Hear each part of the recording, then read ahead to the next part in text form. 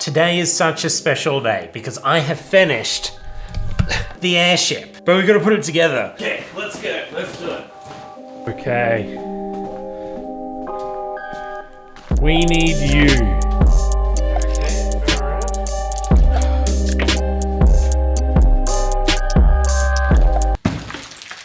Well, I saw that happening.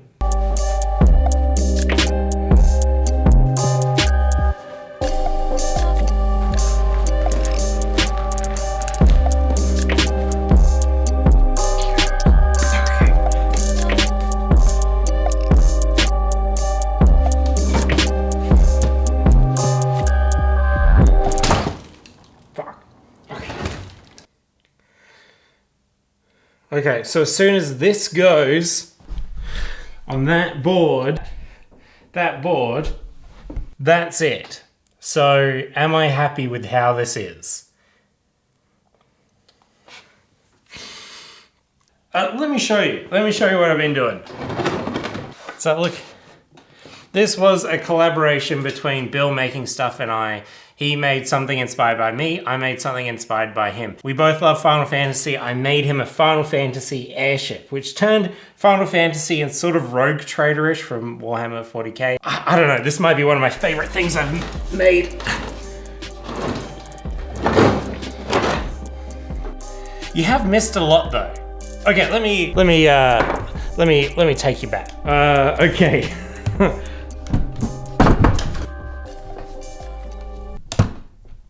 Hold on, Scott's talking to me. You're on my vlog, by the way, Scott. I love the hair. Thank you. What up, Trent? Okay, so I was at a friend's house and we were playing volleyball in the backyard. And I was like, what would fantasy beach volleyball look like for a miniature war game?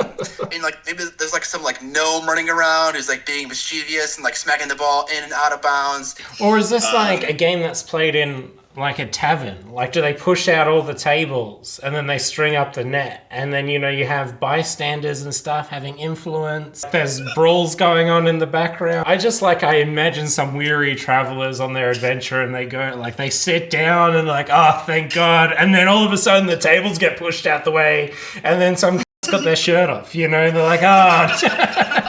Say goodbye to my vlog, Scott. Goodbye, Trent's vlog. That was Scott, Miniac. We're doing a little game jam next week. Actually, if you want to participate, feel free to join us. We'll post when we start, so you can join too. We're making a little indie game. He decided that we're doing fantasy volleyball, which sounds the sports are my nightmare. But the ridiculousness I dig. I'm just editing that little section. Now that Scott's told me about his idea, my brain is just ticking. And I just had an idea. I'm going to leave Scott a voice message. Scott, it's Trent here. I just had an idea. Obviously, it's Trent here. This was my... Anyway, you mentioned, you know, like maybe some gnome stealing the ball. What if those were people actively watching the real war game taking place? So you know when you're in a club environment and people are watching you play your game, what if those people could influence the game that you're playing? The idea is that every single person witnessing the game would be an active player. Does that make sense? Is this wild? I don't know. Okay, bye. I should be doing some real work. The base of this ship is like an old bootleg Fisher-Price toy pirate ship. These wings are Batman vehicle wings. All these squiggly bits are from an MDF kit that I made with my friend Viv. All this stuff I covered in previous vlogs, but the biggest problem I was having now was trying to make this fly. And so I added a rudder. This is just a bit of plywood my friend Zane cut for me, and then I shaped it on a sander. All held up by however many kilos of weights. I think like 15 kilos. This engine is a energy drink can that I washed out and then set on fire. And because one time when I was restoring terrain for my local club a couple of years ago, there was like this terrain piece that would have been like 15, 20 years old. I don't know, maybe older than me at the time. I broke it open and inside was like liquid gunk that had been living in there for a very long time, and it got all over me and has traumatized me since. So I treated these cans with fire. This end bit is from my friend Zane. He cut these out on his lathe to make a scroll at some stage, and I never did anything with it. So good use, right? And then there's some like pipe fittings and pen bits, and that's how I made it fly. I had a real breakthrough moment working on this piece though, because when I stood back and I looked at it, I'm like, this sort of looks like a toy with my own hand sculpted bits on there. I need a way to tie it all together. This is filler, and I actually use this to maintain my studio when I put big holes in the wall trying to hang things up. And it dries really hard. You can use it on concrete. And I thought, what if I sort of brush this on to the ship in layers? And I did layer after layer, and I realized what I was experiencing at that moment was like a breakthrough, like when you level up, when you feel like something new has unlocked in your brain, a new technique, a new way of problem solving. This is what this was for me, because I love how sort of organic and textural everything looks now. It looks sort of painterly. It looks like it was all handmade. And there's a lot of projects I want to use this technique on now. And to paint this massive piece, I used oil paints.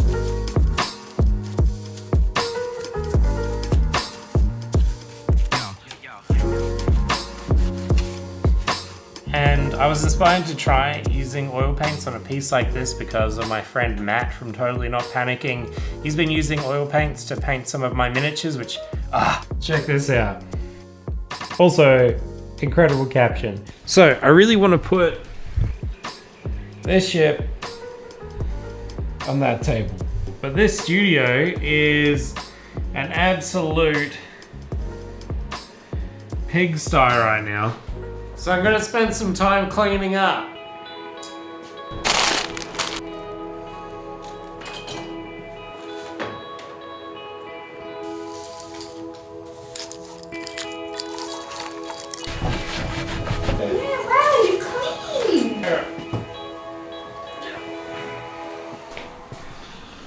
I haven't done this yet, so... Are you nervous? Well, it's not that I'm nervous. I hope it fits. Okay.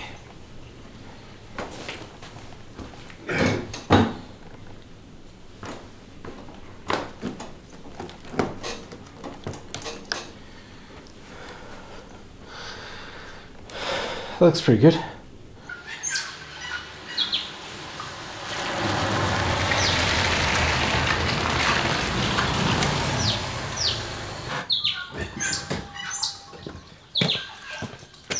Good morning.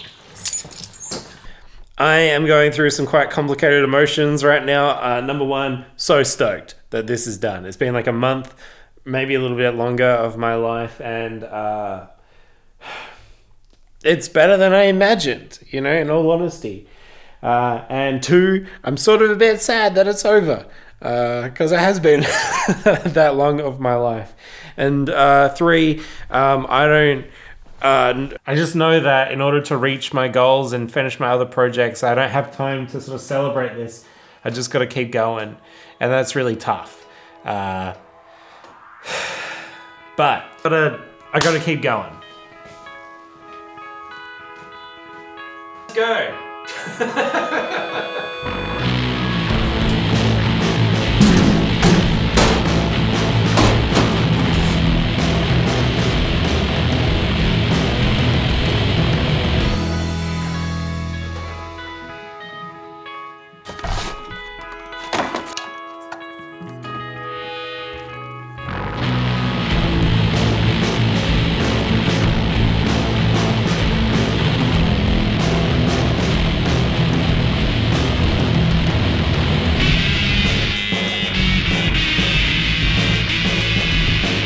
Okay. Look. So, do you know what this is? Okay. This is a copy of Plants Nowhere to Be Found. This is a book I made with my friend Tina. We did a Kickstarter for it. It's an art book about magical plants. And as part of the Kickstarter, I promised to do some hand-sculpted collector's special editions versions of this book.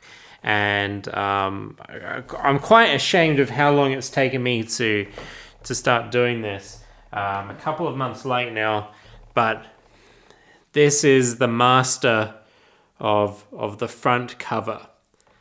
Done and sculpted. I'm going to make a mold of this tomorrow. I'm going to try to learn my lesson from last time when I made a mold late at night and I wasted hundreds of dollars of silicone, I'm pretty sure, by making silly mistakes. So I'm going to wait for a fresh brain tomorrow, but this is going to be nice.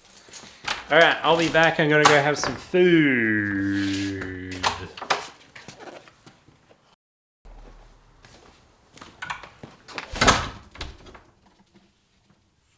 I locked myself out trying to do a transition. This isn't good. I don't have a phone. I have food though, that's good.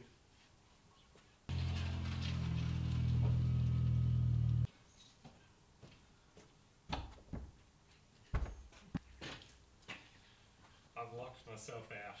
Oh, really? Yeah.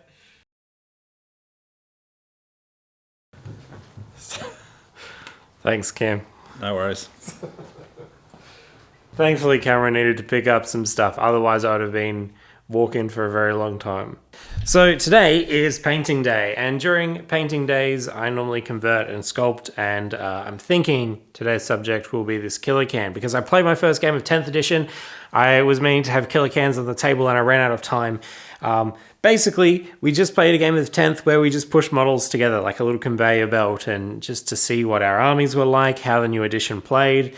It was fun. I haven't played 40k in a very long time. I'm kind of stoked, but I really am missing killer cans. And yesterday I drew these concepts. This is like a very sort of crazy killer can idea, and this is like a bit more minimal. This is a bit more Miscast style, long lanky limbs and stuff, jagged teeth and a gun in the middle.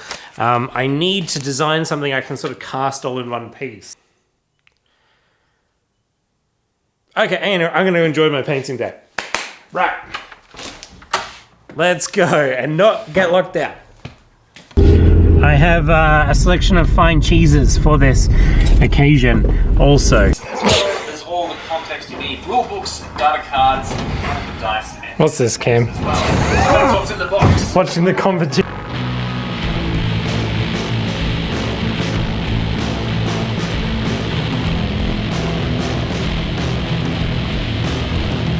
It's night time now, but I have this. I think the Miscast aesthetic is like bad but cool bad, and I'm not sure whether this is cool yet.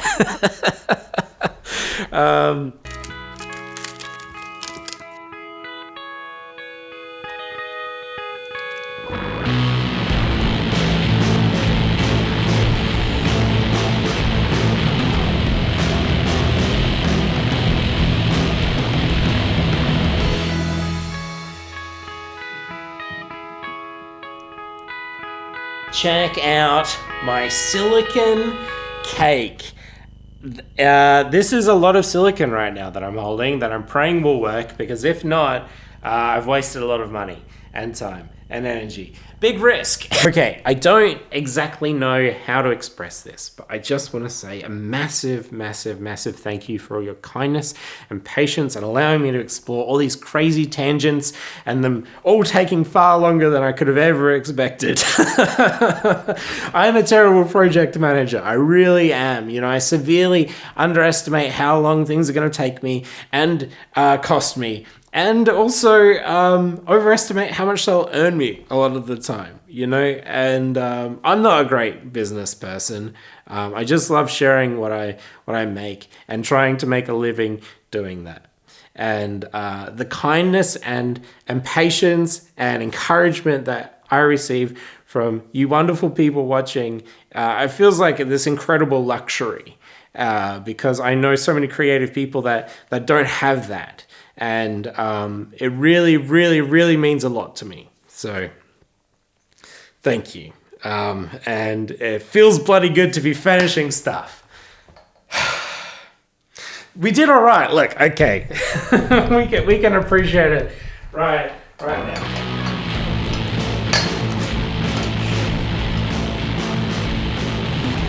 Onwards, new things. All right.